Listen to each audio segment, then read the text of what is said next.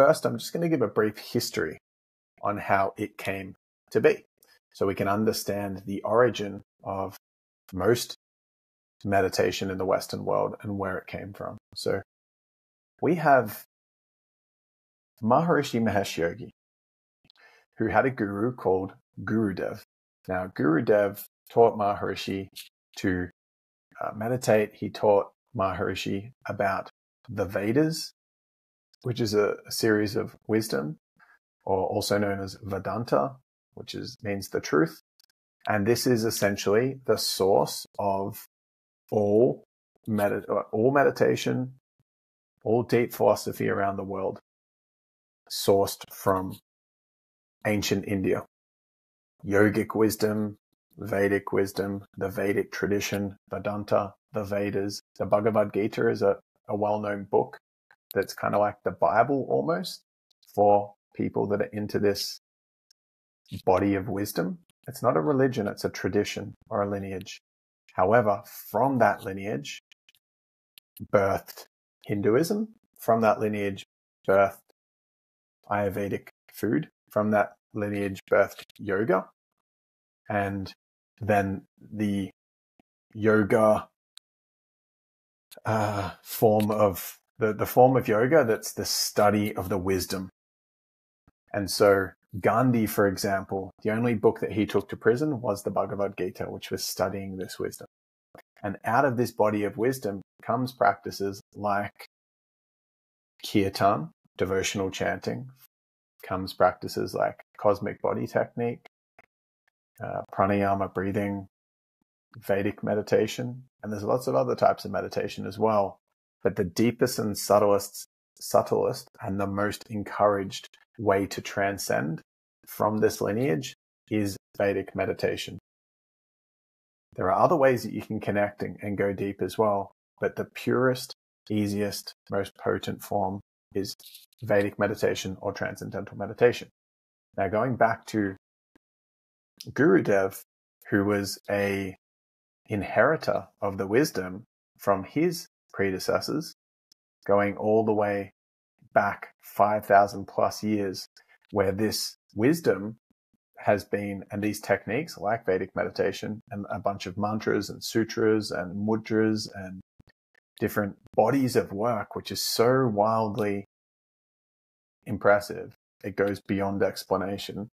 And because I've been studying this work for 6.5 years now, practicing it for 6.5 years, I've got a fair bit of wisdom around it, but I'm in the process of deepening and studying a lot at the moment. So I'll continue to bring out more wisdom from this tradition as I study and learn more, and I feel like I'm really across it. I don't tend to teach things unless I feel really rooted and grounded in the embodiment of it.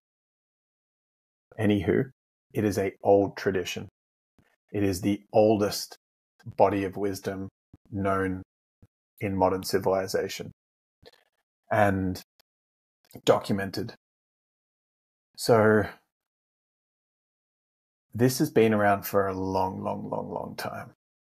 And there's so much potency. It's very primordial in the sense that if you've ever seen those experiments that have been done where a speaker puts the sound waves of different music or any sound into some kind of dish of water or water on the surface of the speaker, and then it forms shapes.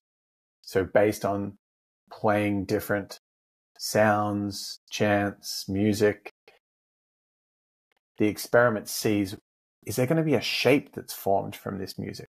Now, most music doesn't form a shape. It's just the water is all disturbed and it's not forming any coherent shape.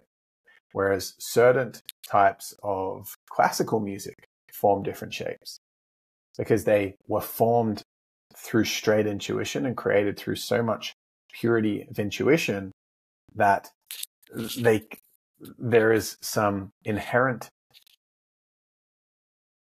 creative structure that is demonstrated or shown through the water. The water almost imprints the shapes, right?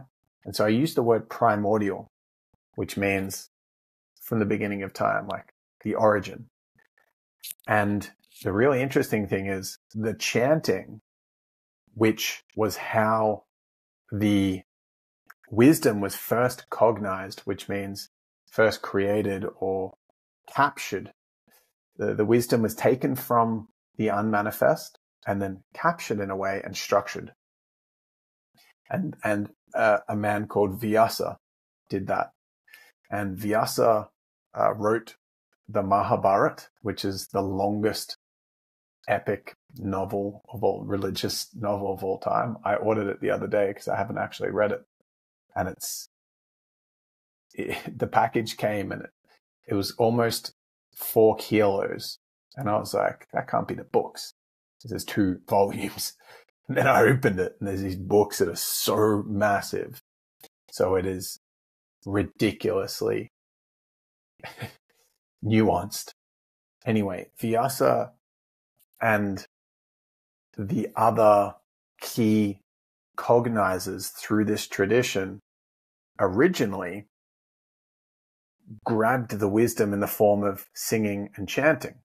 Sounds. So sound was how it was initially, not formulated sounds into an explanation, but just sounds.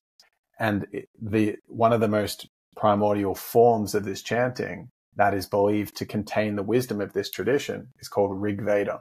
And you can just put it into Spotify and you'll get some Rig Veda to listen to.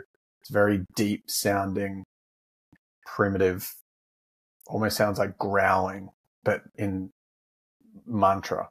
And when experiments have been done, and you can just YouTube this, when experiments have been done playing Rig Veda and Vedic chanting to the music, it forms primordial organisms, early organisms that were some of the first to be created on Earth, certain types of shellfish and different animals that were very, very very ancient animals. Some of the first ones that we have the oldest fossil collections of.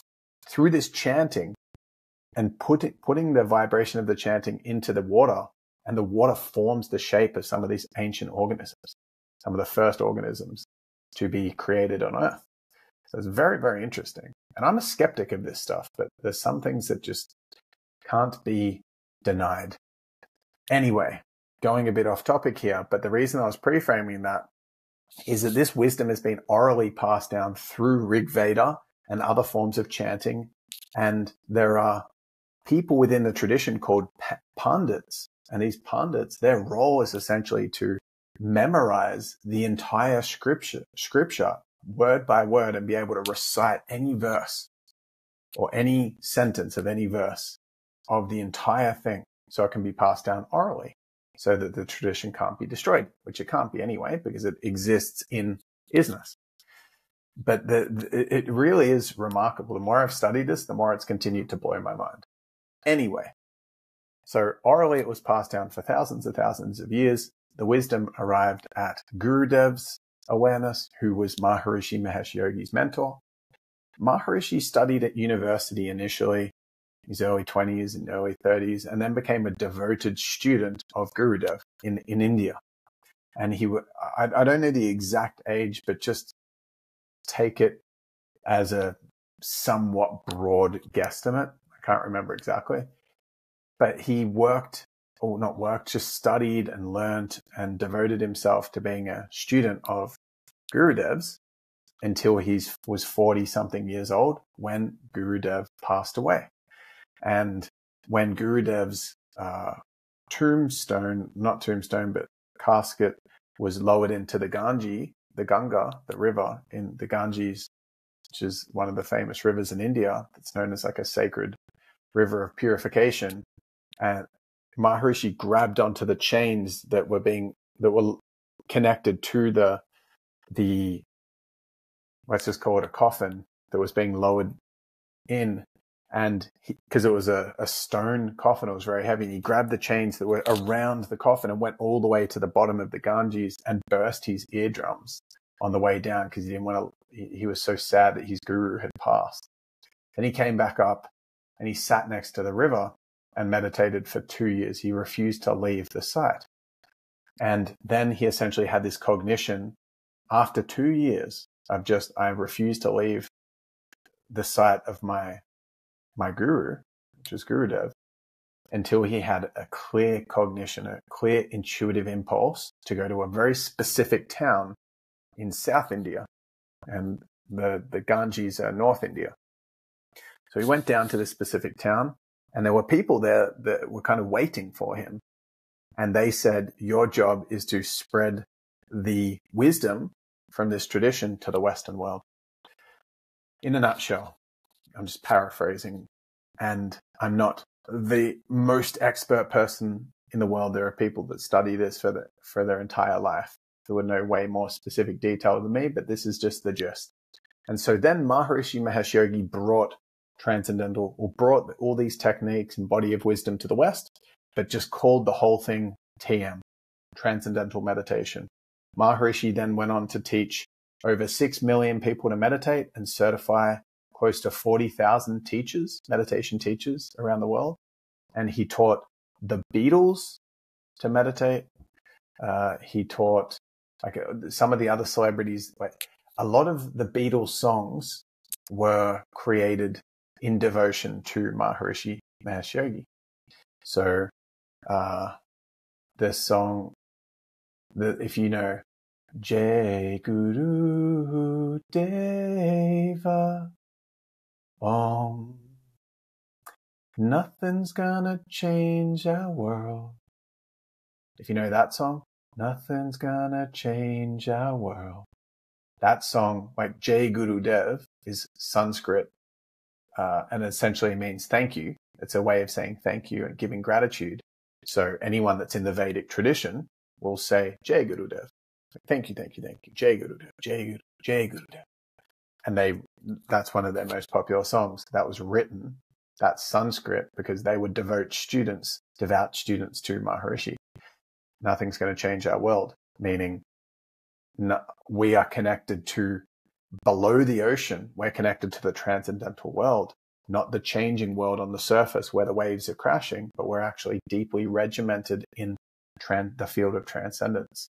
That's what that song means. And they've got a bunch of songs that were literally written in devotion to Maharishi, the Beatles. So Maharishi taught the Beatles, but he taught a ton of celebrities. Oprah. If anyone's read Principles by Ray Dalio is a super successful business dude.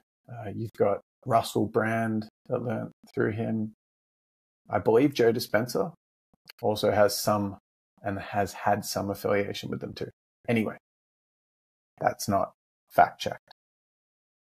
6 million people. Maharishi was completely devoted to spreading the wisdom of the Vedic tradition and getting as many people in the Western world to meditate as possible. He wasn't very material. He was very immaterial in nature. He just meditated all the time and taught all the time and was very much devoted to all of that. And then, but he happened to die with a net worth of $6 billion.